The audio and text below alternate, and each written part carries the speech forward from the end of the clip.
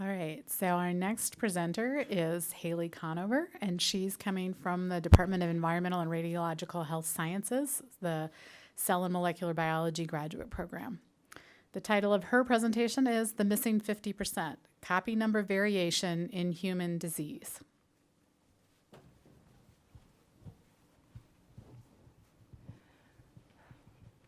Thank you for this opportunity.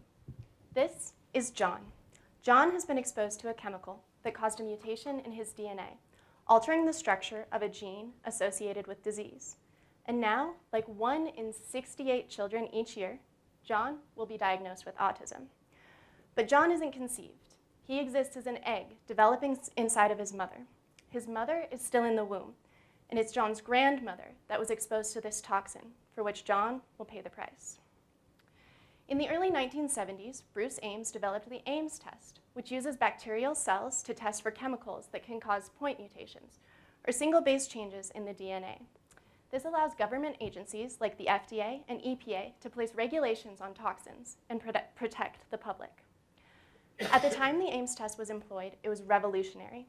But within the last 10 years, due to the mapping of the human genome, we've discovered that it only uncovers half of the mutations that occur. The other 50% are copy number variations, or increases and decreases in large chunks of the DNA. I'll refer to these as CNVs. These types of mutations are associated with many diseases, including autism. This discovery led to a huge knowledge gap. We now know that CNVs are involved in disease, but we have no way of detecting the chemicals that cause them, allowing toxins to avoid regulation. Until we know what causes CNVs, we can't prevent them. During my PhD, I'm developing an assay that will fill this gap using yeast as a model organism.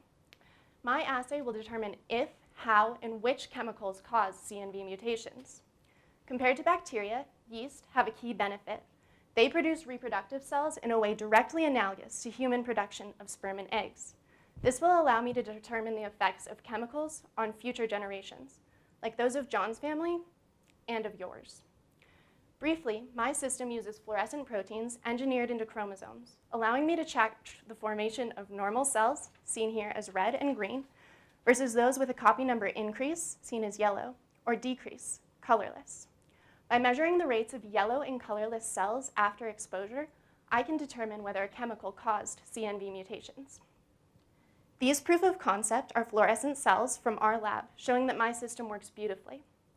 Whether measuring toxins in the water we drink, the food we eat, the medications we take, or the cleaning products we use, my project will provide insight into the remaining 50% of mutations, allowing for better regulation and protection to John and people everywhere.